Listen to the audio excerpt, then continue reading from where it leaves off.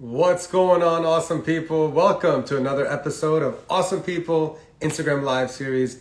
It's December 27th, which means that for 27 straight days now, I've been doing these IG Lives, and I just want to thank you. Thank you for joining each and every time. It's been a great treat to have you a part of this little community that we keep on growing each and every single day. Much love, much appreciation, and you guys rock. I'm telling you, it's been a fun 27 days so far, meeting so many awesome entrepreneurs, artists, and creators, and today is no different. I can't wait to introduce my guest in just a few minutes. His name is Ashkan, it's going to be pretty cool to have Ashkan Karbasfrooshan from Montreal. What a beautiful city it is, and I can't wait to introduce him. He is the founder and CEO of WatchMojo. And if you don't know WatchMojo, it is one of the top 25 all-time YouTube channels. And so he's going to be able to share his entrepreneurial journey, but there's just so much more about him as well that I can't wait to share with all of you. Before I continue, just a friendly reminder that this Wednesday, December 29th, starting at 6 p.m. Eastern Time, Unite and Conquer presents Zendegi. It's a special 5-hour episode of our Persian music live stream featuring DJ Kia, DJ Yazan, DJ Sam. It's going to be pretty great. I'm going to be able to recap what we've done as a community here at Unite and Conquer for the past year and just reflect on some great moments that we've had. So please stay tuned for that. And speaking of gratitude, if you guys know, I always set aside 10 seconds to have a moment of gratitude, to be appreciative of all the great things that are in our life. So if you want to join me, let's do 10 seconds of gratitude.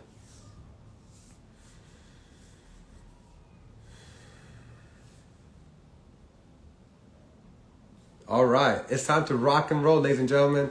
I see that Ashkan has already requested a join, so we're going to welcome him all the way from the beautiful city of Montreal. Please help me welcome to Sean. So excited to have him here. Chetari Ashkan John, how are you, my friend? I'm very good, merci.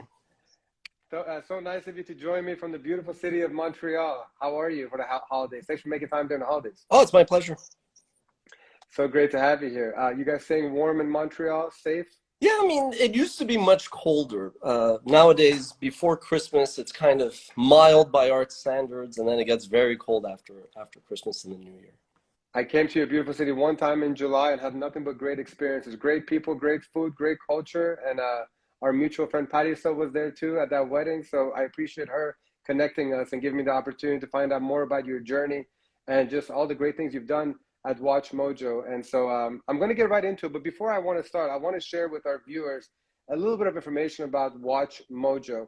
And the data just kind of blew my mind. So I wanted to share the fact that WatchMojo's YouTube channel has over 30 million subscribers, 100 million unique monthly viewers who spend 2 billion minutes watching over 300 million videos each month. And all time has viewed 15 billion videos and more than 80 billion minutes on the channel. And my question to you is, first of all, how does that make you feel that you created a community that has such astonishing numbers? That's my first question to you. Well, you started off your show with the word gratitude. So I think, you're obviously just appreciative of the opportunity to go out there, and kind of educate yourself and have the opportunity to launch an organization, and then you recruit people and you have to kind of share what your vision is. And then you have to kind of, the mission is what changes. It's how you achieve that vision. And then you have to be open. And obviously a lot of people help you.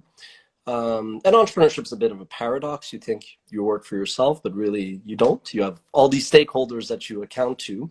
But it's a lot of gratitude, It's very, very easy to look at the negatives. It's very easy to, feel you could do more, feel almost, pity or whatever because of the little problems you have. But especially in the last 2 years with everything that's happened with this poly crisis of the pandemic that's affected health, socioeconomically, it's affected people differently.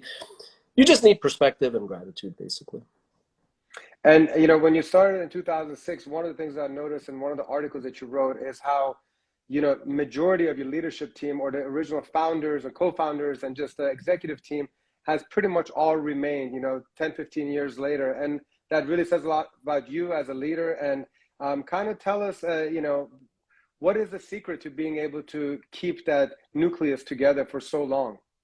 Well, today you hear a lot of leaders talk about servant leadership, having a stakeholder mindset. When I graduated from business school, it was all about shareholders. It was maximizing value for the shareholder. And I was like, that doesn't really seem right. Not even right from a altruistic, idealistic way, just from a very practical, pragmatic sense. I was like, that makes no sense. You know, you have your community, you have your employees, you have your clients. You know, so I kind of had to go out on my own journey to really get a sense of, you know, how you should lead.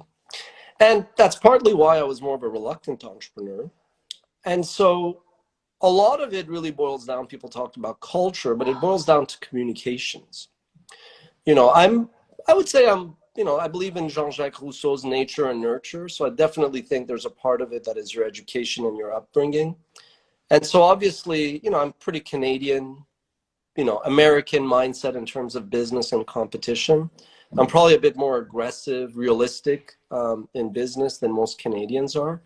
But there's definitely that element of nature, which is being Iranian Persian with Taruf and just the way you are with others, that from the beginning, it was, again, I'm very ambitious, I'm very driven, but there was always this element of compromise. I love saying I'm sorry because it earns people's trust. They go, okay, this guy is not too rigid. I love to say thank you. It doesn't cost me anything, but it means the world to others. Saying you're welcome. So there's a lot of small things you can, and you're not perfect. You make mistakes every day. You know, I could write a book on my mistakes today, you know, but the point I want to get to is if you sincerely just appreciate and show gratitude for the people around you, doesn't mean you don't say or do things that maybe you could have done differently or better, then people are drawn to you. You know, I worked with the same 4 other individuals for 15 years, but there's also another 5 who have been with us for 12, 13 years. And one of those 5, or one of those other 4, is my spouse, Christine, right? So the fact that, you know, we've worked together, every day I'm like, is she going to kill me or leave me? I'm half joking. But the point is, you have to make it work. It makes the success that much sweeter. But there are moments when I go, and this is probably one of the few overly confident things I'll say, is there's probably 4 people in the world who could pull that off. It's really, really hard. And sometimes I go, it's great that we built this together, but there are moments that I just want to be your spouse, because being partners creates some friction, you know, and I have some friction with the other co-founders as well, but overall it's healthy. And I think it does go down to culture in a vacuum makes no sense. Culture is a function and an output of communication. So how you communicate with others is a lot of it, is a lot of that ability to retain people, convince people to join, and really stay, because it's very easy to recruit people, but getting people to stay with you for a very long time, that's probably a bigger challenge. When I read that, you know, one of the co-founders is your spouse, I immediately wanted to kind of get your advice on how to make that happen. You know, I mean, like it's like marriage in and by itself it has challenges, and you know, having partners is challenges, and you have both. So if you were to kind of give some words of advice, what would you do for people who want to have a business together? Yeah, so I mentioned compromise, so I won't dwell on that. I think compromise is one. The other one is just divide and conquer. I think it's also not just hard on yourself individually, but yourselves as a couple. But it becomes annoying, as you know what, to others on a team if the spouses are always together in every meeting and all that. And that's also builds trust. You know, people say I have good judgment. She has tremendously good judgment. I trust her a lot. And it doesn't matter if we disagree on certain things. The point is, you can only have that marathon-like endurance if you kind of divide and conquer. And that means strategically, there are areas of the business that I just trust her to do a better job than I do. But also tactically, not being on every meeting together, not being on every nowadays Zoom call or whatever, to give each other space, but also not, you know, there are great things about the fact that we started the business together. I think, for one, like, I like to think I'm a decent human being, but we were never going to have Me Too problems that plagued a lot of other companies, because our company was never going to be a, you know, boys' locker room type of culture. But there are some limitations when you have like family dynamics. And I was always very mindful of that when it came to best practices and governance. You know, if people walk into a meeting we're having, I don't think they even know who the boss is, because you want the best ideas to filter to the top.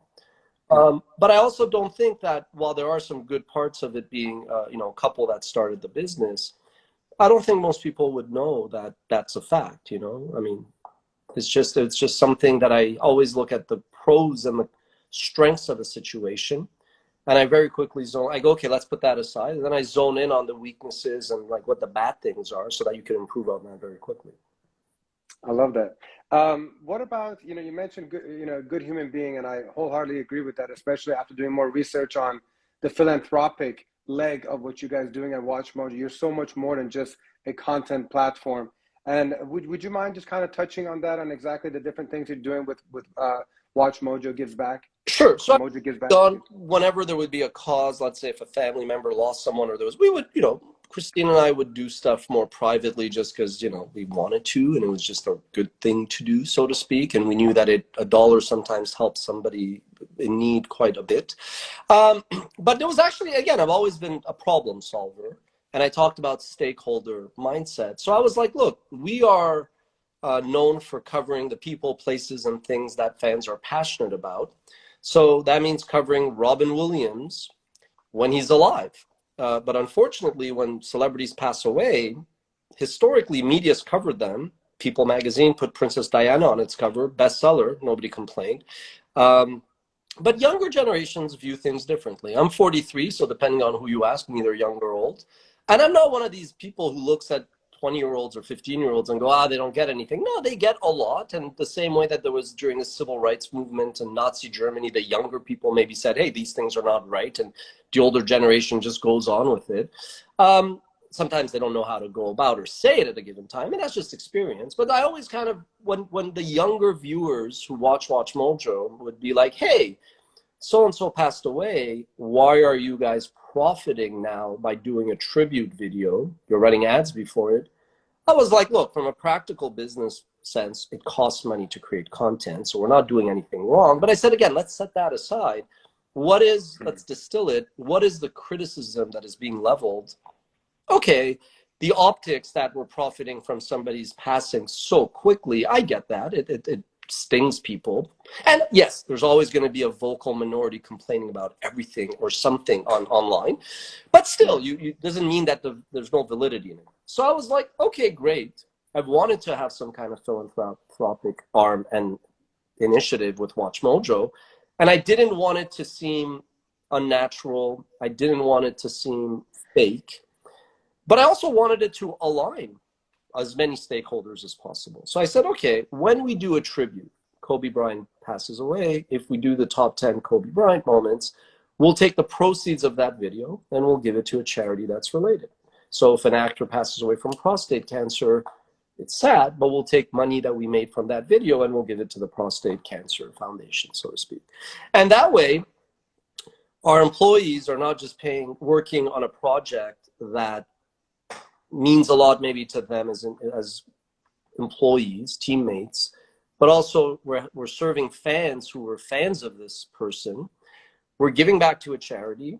And I won't lie, from a PR perspective, I'm not Machiavellian enough. If I were, I wouldn't say it, but I do recognize that, okay, whoever the critics were, it disarms them.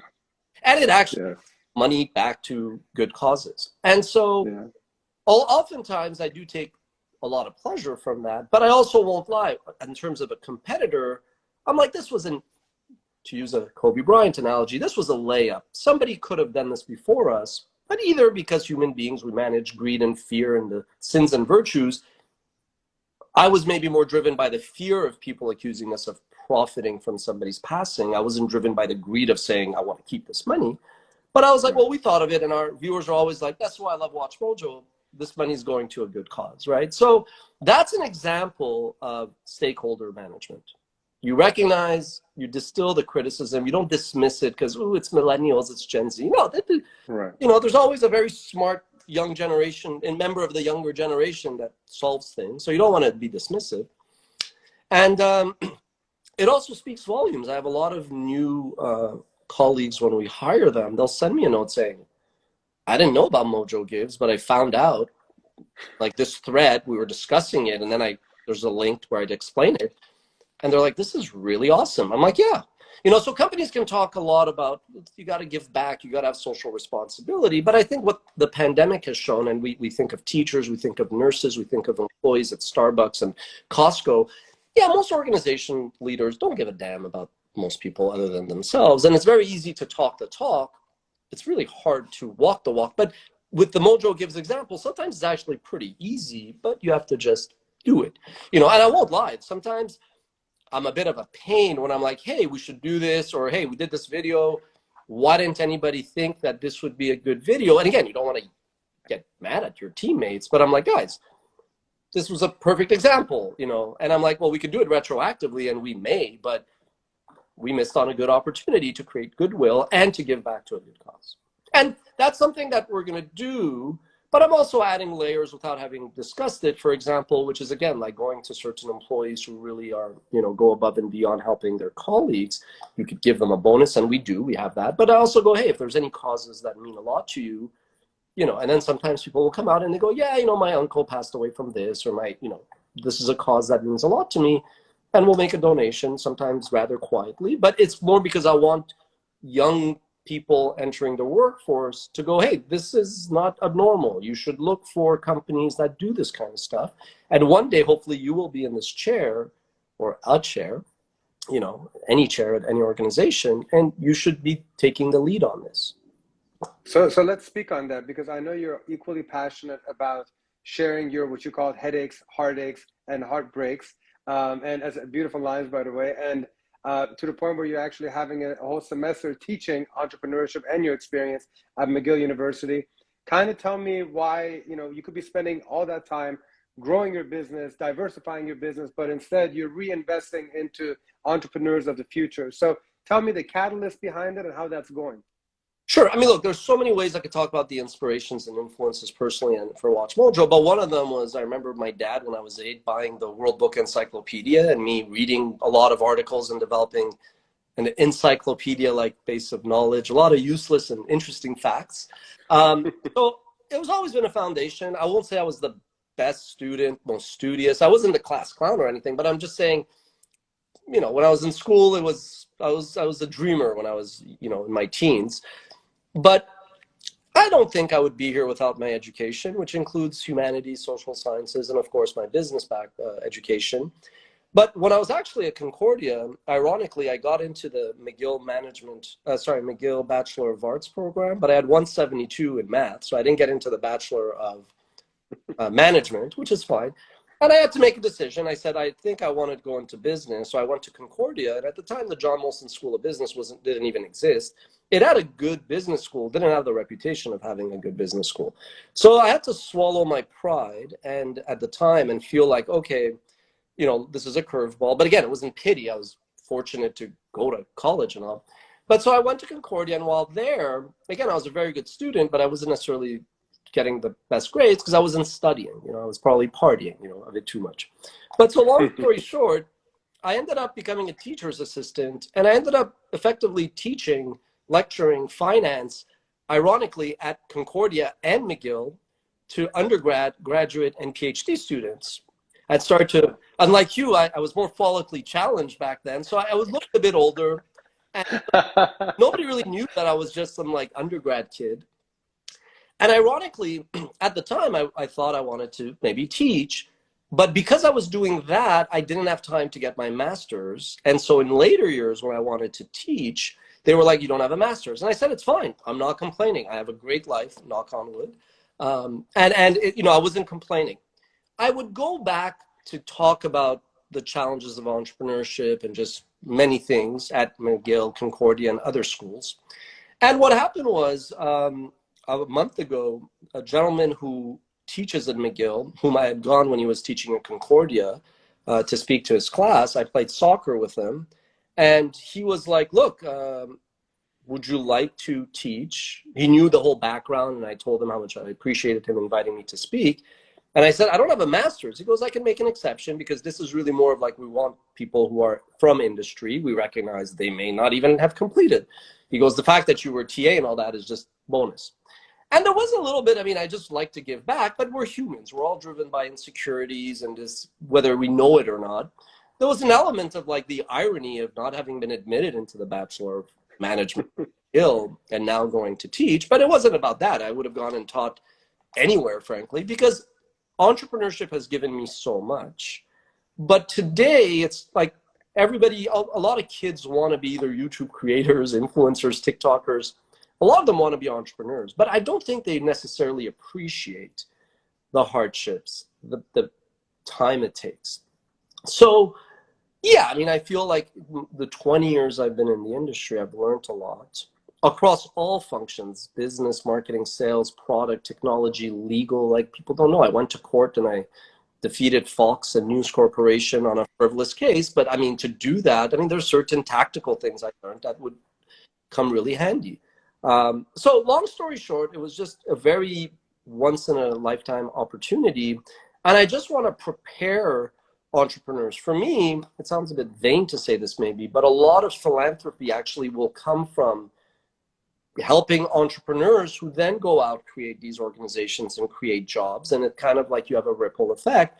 And if I could help minimize the time to find your course to success, if I could help address that time when an entrepreneur goes through many sleepless nights, if I could kind of say, look, I have all these scars from the battleground, I've started to put my sword down to be a bit more symbolic and say, yeah, like when you're an entrepreneur, because of the competitive nature of it, you're literally taking fire and returning fire nonstop. And you get to a point, you have kids, my kids are 13 and 11. You want, as I said, I just want to be more of a spouse than a partner. And it just seems very therapeutic to give back. And as much as I'm sure, the irony is, as much as I'm sure the students, false modesty aside, will get a lot out of it because it's a lot of, you know, getting your hands dirty experience, it's actually very much therapeutic for myself because entrepreneurship's really hard. And as much as you may have had a great life as a result of it, again, knock on wood, doesn't mean that you don't have all the stress and PTSD and anxiety of just having been, you know, there's the man in the arena, you know, just like a gladiator, just fighting for so long. Do you think that you're going to get to the point where you're going to teach more regularly, or is this just a one semester type of thing? Well, look, you could argue if the question is teach formally as a professor, if that's the question, I think this is a, you know, look, I'm the kind of person that has a lot of interest, and admittedly I do things and then I move on. But I think I've been pretty much doing this all my life, especially like writing. You know, I've written for TechCrunch, for Media Post, I've published 3 books, I wrote like, without knowing it purposely, I've always liked to do that. You know, I've spoken at many conferences. I'm not saying people necessarily enjoy it, but I get so no, I think I've been already making that, you know, I've moved a lot more from like entrepreneur, operator to advisor, investor. I think that shift probably started a couple of years ago. And with the pandemic, meaning people work from home, even with my executive team, I'm more of like in business, like an executive chairman to them. I'm not there micromanaging. They're big boys and girls now. They know what they're doing. They're fully competent. They know that they could come to me if they have a problem, and I'm there as a sounding board. My goal is to help them solve, you know, it's like, you don't want to tell them the time. You want them to build clocks and know how to figure things out. So to me, it's like a natural progression. Now, whether or not all organizations have some politics, whether or not I will be super loving that dynamic of the administrative political aspect of schools, I don't know. But I would imagine if I don't continue, if McGill will have me, let me just start. If McGill will not have me for a second term, I wouldn't be surprised if I take the contents, which I was working on today actually, and just give an online class for free. Just make it all available, and anybody from anywhere in the world could do it. I'll make it multilingual, no cost, you know, and then I'll hopefully just spread my wings and do more of that nature. That's beautiful. It might be a tough question because there's just so many elements to entrepreneurship. But if there was just one advice that you could give to an entrepreneur that is trying to enter the world of entrepreneurship, what is that advice you could give to them? I'd like to say 2 things. One is more micro, one is more macro. The macro one is just persistence. Like, you really have to kind of ask yourself, are you up for a 3, 5, 10-year journey? You know, my 3rd book is called An Entrepreneur's Manifesto, the 10-year overnight success. You know, so it's not, that's the first one. If you're in it because, oh, Mark Zuckerberg is a billionaire, or oh my God, I want to get the cute girl, that's just stop right now. Like, go do something else. But the biggest advice really, and this is more of a life advice, is it's weird. It's a paradox. It's not really about you. A lot of the things that you will go through, that you will let affect you, you internalize. But people have their own problems in a given day. People have their own struggles.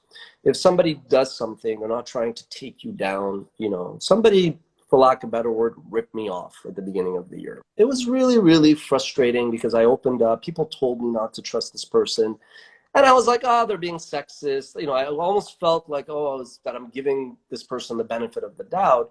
And then at some point I was like, yeah, this person's probably, whether they're wretched, miserable, or they gotta, at the end of the day, do what makes sense for them, and maybe their moral compass is different, and to each their own. Like, on Judgment Day, you're actually not in the room when people render judgment against you, you know? But so you have to really, you have to not internalize sometimes everything. Sometimes you don't know what the other person is going through, and that's for better or worse. And you have to then pick up yourself, dust yourself off. And it's not how many times you get hit, it is how you recover. You know, I injured myself recently playing soccer. It was fun. Yeah. It didn't happen. I mean, I played striker, very, competitive, clean, but, I was very ambitious to put the ball in the net and win. But the point is, people are like, you're so positive in this and that. But I'm like, well, look, of all the ailments that could have happened, it's an orthopedic matter. I'll recover, could physio, I work from home. Despite what I might have thought in my mind when I played, I'm not actually a professional athlete. It doesn't even affect my livelihood, right? So you really have to be positive. And it all goes back to, when bad things happen, it's not like the world is against you and it's like, oh my God. It's just, you have to kind of understand there's a lot of factors at play, and you need persistence, and you need to pick yourself up. It's fine to vent, and balance is a journey to a destination you never get to. I love cooking. If I burn the food, yeah, I may go like, oh no, and I'll scream at it. I rather scream at the potatoes I burned than my daughter. You know what I mean? But by letting it out, then I'm like, okay, it's a bag of potatoes.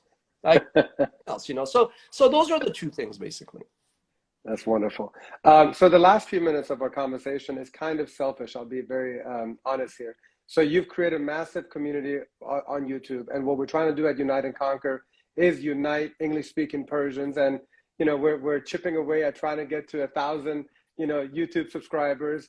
What's the recommendation that you have for, especially to try to get Persians like me and you together under one virtual roof, so that we can showcase awesome people like yourself and really just cultivate a better community where there's a sense of belonging, which I believe that many of us who weren't born or didn't live or raised in Iran are seeking, and I'm just kind of curious what recommendation you have for us here at Unite and Conquer to strengthen this community. So it's a great initiative, and I only found out about it, even though you've existed for a while. So I think there's a lot of noise. There's a lot of clutter in the world.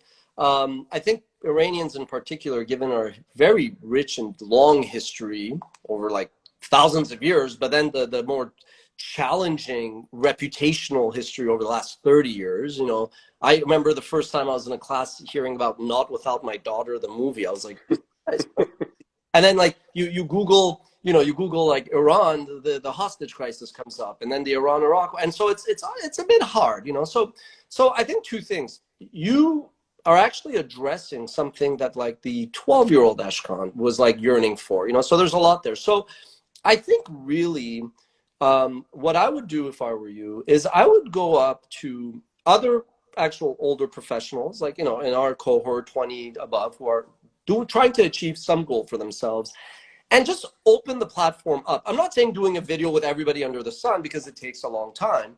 But if it's like saying, what is the one message you want to get out? What is the one, just use it as a vehicle, because then it'll spread a lot more, right? Like we had a mutual friend who kind of reached out, and I was like, sure, it's the least I could do, my pleasure. But I just feel like if you open somehow, whether it was using like you would open some like secondary Twitter account or some secondary YouTube account, and you're like, this is just almost like a messaging platform where any kid could ask a question and match it with an expert. So if you're a 12-year-old like Ashkan and he's looking to figure out what to study and pursue, he asks the question, and then there's like the older experienced people that help him. I think that might have more ripple effects to more quickly go viral, which I hate that word, but I think that's the bridge, because there's a lot of young kids who are just, there's this malaise that is like this disconnect between the extreme influence and impact we've had as a people with how we are seen more recently. And first of all, beautifully stated. But, you know, when you mentioned that this would have been good for 12-year-old Ashkan, myself too, you know, it's because of that lack of connection and belonging that it led to me wanting to do this, because right now I want to help the other 12, 15-year-olds of Ashkans and Iman that are still trying to adapt to the American or Canadian life and still try to be connected to their culture, you know. So what was going to be important for us 25 years ago, I'm hoping will still be valuable for this generation. And I think that having conversations with people like yourself that have done such amazing things outside of Iran and yet keep elements of being Persian within your management style and just the way that you create such a great culture amongst your colleagues, you know, I think it's very admirable. So I appreciate everything that you're doing, and I congratulate you on your success and can't wait to see what the next 20 years hold for you as well. So I greatly appreciate you taking time, especially during the holidays, on short notice, and wish you and your family an amazing 2022 ahead. Thank you. Likewise to you. And if there's anything up going forward, please don't hesitate to reach out. Thank you. I really appreciate that. Thank you, Ashkan. Take care and have a good day. As Ashkan signs off, I want to thank everybody for joining today. Really appreciate you guys. Don't forget, this Wednesday, December 29th, we have the Zendegi Persian music live stream starting at 6 p.m. Eastern time. Tomorrow, our awesome guest is going to be Aylar Maki. She's joining us from LA. She's the founder of Jewel Healthy Energetic, and I cannot wait to talk to her. She's going to be talking about a lot of things that have to do with health, healthy eating, and so I hope that it is of value to all of you. And like I said, Wednesday, we have our Zendegi live stream, so I can't wait to see you there. Please don't forget to go to our YouTube channel, Unite and Conquer, and click that subscribe button.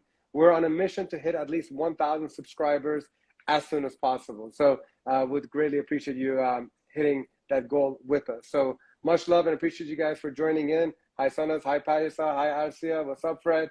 Thank you guys for joining and being a part of today's conversation. Much love. Take care.